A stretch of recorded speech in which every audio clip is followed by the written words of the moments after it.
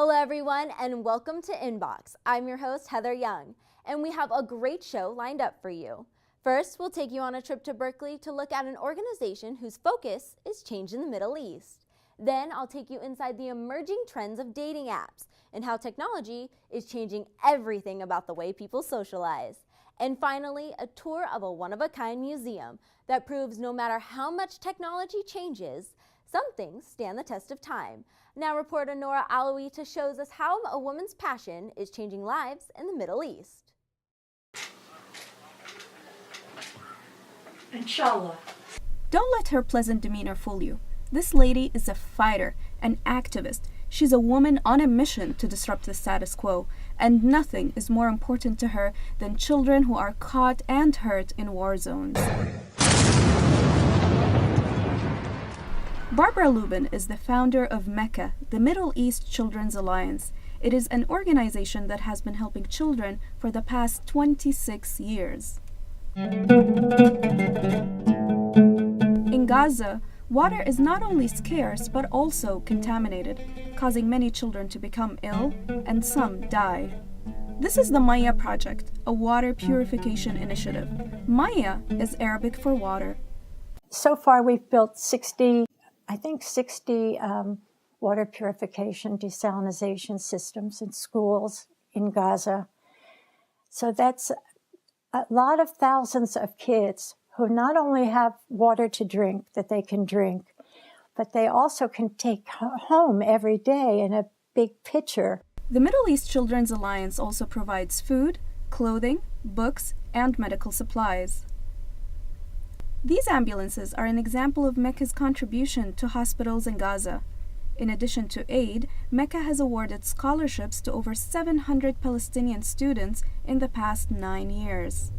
We've raised many millions of dollars, and we have built playgrounds for Palestinian children. We've supported schools. We've supported many projects for women and children. Barbara's humanitarian work in Palestine is nothing short of remarkable, but what makes it especially incredible is how it all began. It is not every day that you hear of a Jewish woman dedicating herself to the rights and well-being of Palestinians. Barbara grew up in a conservative Jewish family, but even as a young woman, she embraced social activism. She protested the war in Vietnam, fought apartheid in South Africa, and later became intensely involved for the rights of disabled children. In 1969, Barbara's son was born. Charlie is autistic. You know, because when Charlie was born, there was nothing. And there were no laws. It really enraged me. That fueled her passion to make things better for her son and other disabled children, and Barbara ran for school board president in Berkeley. People in the disability rights community came to me and they said, "Barbara, we want you to run for the school board." And I said, "Okay, I'll do it." And I did, and I won. During her term, Barbara Lubin developed a friendship with a group of young Palestinians, and they challenged some of her deep-seated beliefs. They said, you know, you go to El Salvador, you go to Nicaragua, you're part of the anti-apartheid movement around UC, and you don't say anything about Palestine. Puzzled, Barbara reminded them that she was Jewish, and so she told them it has everything to do with it. I grew up in a very right-wing Zionist home. We were Jewish, and we supported the state of Israel blindly. That conversation shook her worldview. It was those kids who really beat Zionism out of my head. I started meeting with them, and they kept giving me all these books to read. She was perplexed by the contradictions between what she had been taught and believed and what she was learning. Just couldn't believe that Jews would do this, that Zionists would do this. Then in 1982, the Sabra and Shatila massacre struck in Lebanon. Lebanese militia, supported by Israelis, attacked a Palestinian refugee camp, killing thousands of civilian men, women, and children. I was disgusted and I was really angry. I felt like I'd been lied to. You know, I had been lied to by my parents, by my rabbi, by everybody that I knew. Horrified, Barbara decided she needed to visit and see with her own eyes. The trip really changed my life. Soon after, she founded the Middle East Children's Alliance. I said, I'm going to do something on this issue, and I want to make a change. This is the Middle East Children's Alliance. With the help and encouragement of Barbara's life partner Howard, Mecca opened its doors on May 1st of 1988. It was mostly her idea to start an organization around the children, and I had some of the the more practical skills about how to find an office and how to file papers and those kind of things. So that was my part of it. The organization is supported by their for-profit business, Alliance Graphics. It is headed by artist Joss Sott. There certainly was a lot of t-shirt business that we could get. So the business grew from that, and now it's grown to a multi-million-dollar 16-person operation. The graphic design and t-shirt printing business is a union shop. All of its products are made at its headquarters in Berkeley, California.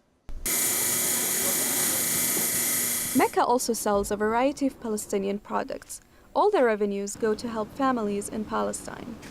Mecca's accomplishments have been without a doubt impactful, but Barbara still aims for more. It's a drop in the bucket, what we've done. Barbara hopes to build more water purification systems and launch a solar panel system across all the schools in Gaza. I think I've opened up some eyes, a lot of eyes. Raising $19 million to aid children in Palestine, Lebanon, and Iraq, the impact of the Middle East Children's Alliance is undeniable. Now don't go anywhere. When we come back, we'll take a look at the ever-changing dating scene and how technology is playing an increasing role.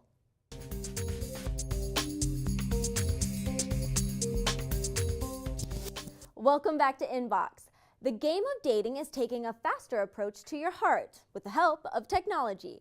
Growing in popularity, dating apps are becoming the new and easy way to meet people. With a swipe of your finger, a world of eligible men and women await you. See exactly what we mean in our next story. From Hollywood, the dating capital of the world, it's The Dating Game. The quest in finding the one comes in all sorts of fashions. From blind dates, game shows, to plenty of movie trips. You complete me. And now, through technology, the confusing and exciting world of dating is now being fast-tracked to your phone in the form of an app. With just a tap of your finger, dating apps such as Tinder, OkCupid, Scout, and Grindr hold the key to a dating database. I have 500 men on call in my pocket at all times. It's kind of ridiculous, like literally drowning in men. Though raining men for avid Tinder user Quinn Mattingly, how she manages all of her prospective dates is quite simple. It'll show you a picture of either like a really hot guy or someone who's maybe not so hot, whoever. So if you like them, you press heart or swipe right. If you don't like them, you press X or swipe left. If you've both liked each other, it will match you, and you can then message through the app. And then that's where you can trade numbers, get engaged, meet the parents. It's kind of yours to do after that. With their popularity exploding, specialized dating apps for the lesbian, gay, bisexual, and transgender community have also popped up. Benjamin Wu has been a user of the app Grindr, similar to that of Tinder. Many of guys on gay dating apps, I think it's over 50%. They not only just looking for friends, probably they're looking for friends with benefits or just only hookups. For some, it's about more than sex. It's about romance. It's about finding the perfect match. Matchmaker, matchmaker, make me a match. Find me a find, catch me a catch. Joy Nordstrom is a Yenta, a matchmaker, and she warns to be cautious and smart when using these apps, but worries that this type of dating could enhance a shopping list perspective. That is, if your criteria isn't met entirely, there's always someone else waiting in line. The biggest one is like being able to figure out if this person is portraying themselves accurately or if they're not. I know that the statistic for online dating sites is that 26% of the people who say that they're single are actually married. So how many people are using dating apps, and has that increased the amount of people that are lying about their status? An already cryptic subject, dating apps have made it more convenient to date, but maybe even harder to build something with meaning. What is this doing to dating itself? I think that technology in general is keeping people from being focused, keeping people from really being connected to other people. Because when you're connected with somebody and your mirror neurons sync up and your spindle cells connect and you're in a good place, you raise the internal body chemistry of the person that's sitting across from you. If you're stuck in your mind or thinking about checking your text messages, you're negating that and you're not getting that wonderful effect. Possible loss of reality and the ability to truly connect with a person don't exactly encourage the most optimistic view of dating apps. But to some, the relaxed atmosphere is just the motivation they need. I think anything that gets people out of their comfort zone and out there meeting people in person is a really good thing. So I think that it's taking a step farther from being online to being a little bit more interactive. Now married, Sean Horrigan and Nicole Gambino are a couple that took advantage of technology playing a role in their love life early on, when they met on the dating website Plenty of Fish. I was doing my last search and I was going to quit the website, and Sean's picture popped up and I was like, oh, this guy's handsome, and clicked on it, and his profile was so funny and so well written, and I was just like, oh, this sounds like a really good guy. But with Nicole's profile, you know, I thought she was very cute, and she mentioned that she liked sports on there, and I worked in sports at the time. And this I can definitely tell you the song. This was Wanted Dead or Alive, was how we ended the wedding. Nicole's from New Jersey. How do you feel about dating apps? If the apps were out 5 years ago, 5.5 years ago, or if I was a younger person doing it right now, that'd be second nature. So it'd be really convenient and, yeah, kind of nice, I guess. Convenient, yes. Effective, well, that's still to be determined. As Quinn keeps a positive yet simple attitude when searching through her many of frogs in order to find her prince. I like to tell people you get what you pay for. Tinder is free. So let's keep our standards high, but our expectations low. Tinder is among the most popular dating apps downloaded, and since its start in 2012, they claim to have made over 100 million matches and have had 50 marriage proposals. We're going to take a break, but when we return, reporter Quicker Zhang will give us a quick behind-the-scenes look at an American pastime that refuses to change, and the people who are very proud of it.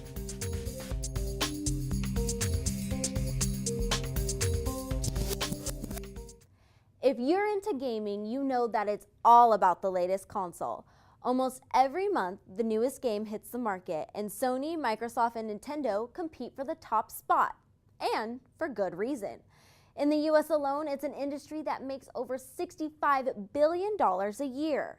But before it all started, the most popular game was a box with gears, paddles, and a ball. Yes, I'm talking about pinball. And at the Pacific Pinball Museum in Alameda, pinball isn't just celebrated as a game, but a hallmark of American history and culture. It's not the latest video game to hit the market, but a game that has withstood the trends and tests of time. Pinball was the most popular game decades ago, and no wonder it's a lot of fun. Dating back to the 19th century in France, pinball was created as a condensed form of billiards for the upper class. Eventually, pinball made its way to the States and became widely popular in the 1930s. With one ball, I need 1,000. All right, here goes. Now, I believe that pinball is a game of luck and a game of skill. I want to show you this game. This is Playboy. It's from Andrei Masenkov is somebody who enjoys the thrill of the game. So I'm going to shoot it over to this side by hitting it up off of here and then to this flipper. So I'm hitting the ball up and over, and then I'm going to shoot that left ramp. Here it is. I've got it on the right side. It's under control, and now I've got that shot up the ramp. It's going to come down from there. Be ready.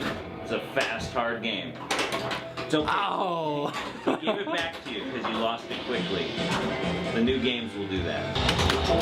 Oh yeah, you got the bell. Slow it down. Ow, ow, ow! I just tried to stop the ball, but I couldn't. Yeah, sometimes. He first entered the World Championship of Pinball back in college. And that was 20 years ago in 1994. And I said, okay, I'll try it. I'll see how I do. And I think I did okay. And okay means 3 World Championships and so many trophies.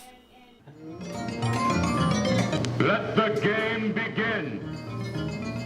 Pacific Pinball Museum in Alameda, California continues to attract people to enjoy the game.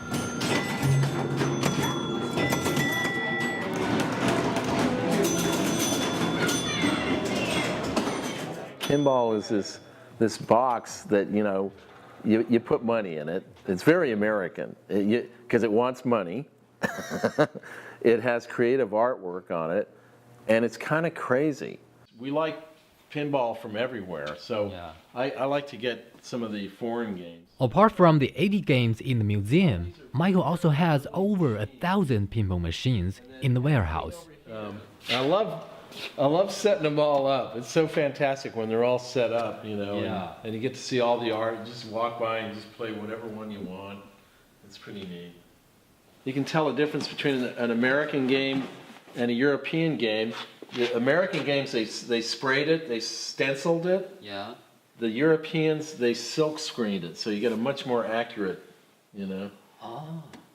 You gotta look at that. Some of the machines are over 50 years old, and you can even smell the history in them. There's 2 kinds of histories that you can smell.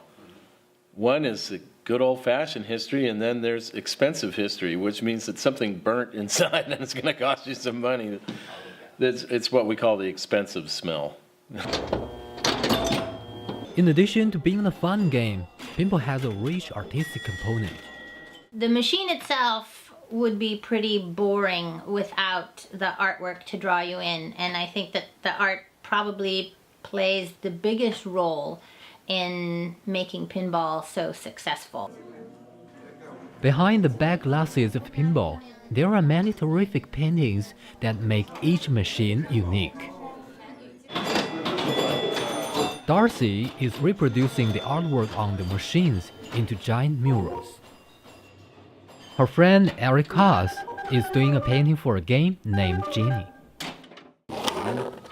Before I start doing anything with Genie, I have to play one game and have an appreciation for the game, and let the game sort of infuse me, and then I will try to reproduce its backglass, and that's sort of like my, my meditative process. I think you should make stuff, whether you're good or bad, you know. Whether it's your own or you're copying someone else's, you're still developing a skill. You're still starting a conversation. And I think that's what we're doing with this mural project, is we're starting a conversation between something that was considered to be degenerate art or not an art form at all, and we're saying, hey, we think this is real. Come take a look.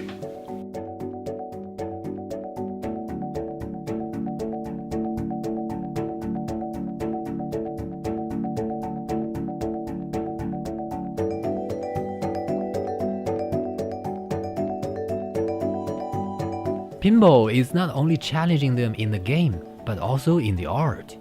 1, 2, 3, hold my breath.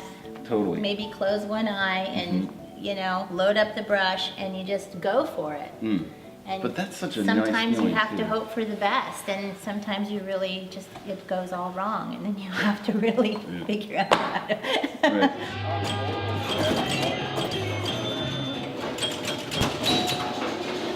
The charm of pinball brings the appreciation of the world all the time. I miss a lot of my friends because I work so hard at this. I don't see them anymore.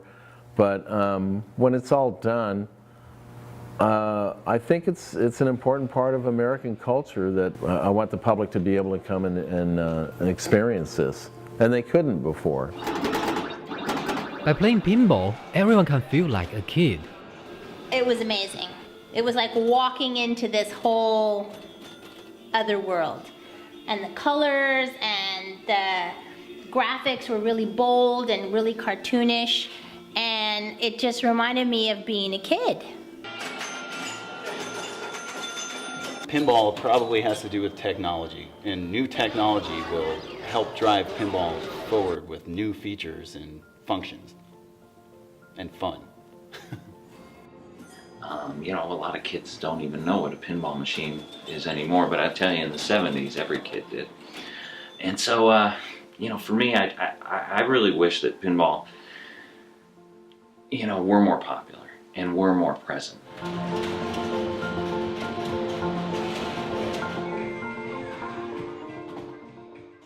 An interesting fact, pinball was actually illegal in America during the 1940s. Back then, it was considered a form of gambling because it was a game of chance and not skill. It wasn't until the mid-1970s that the game and its players were allowed to come out of hiding. We're going to take another commercial break, so don't go anywhere. We'll be right back.